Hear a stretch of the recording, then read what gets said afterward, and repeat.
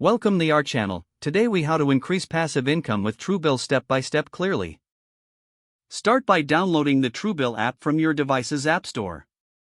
Once installed, open the app and create an account.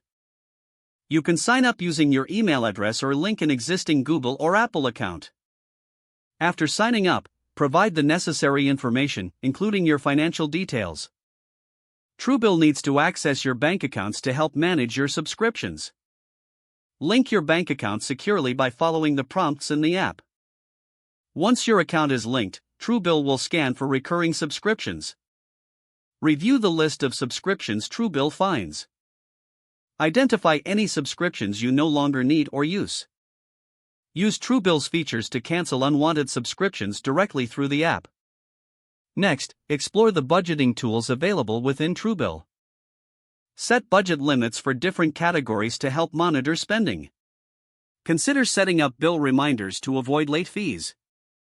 Truebill also offers savings tools to help you build a passive income stream. Set a goal for your savings amount within the app. Enable autosaving to automatically transfer small amounts from your checking to your savings.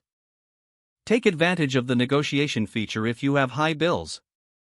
Truebill can negotiate bills on your behalf, potentially reducing costs. Review your account regularly to track your progress. Keep an eye on any new subscriptions or changes to your expenses. Over time, your savings can accumulate, contributing to your passive income. Stay proactive in managing your finances through Truebill's features.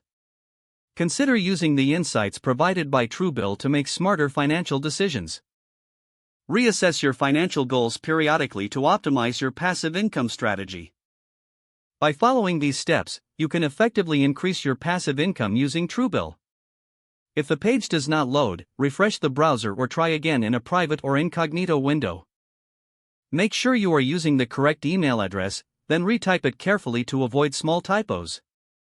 If your password is not accepted, use the reset option and create a new strong password you can remember.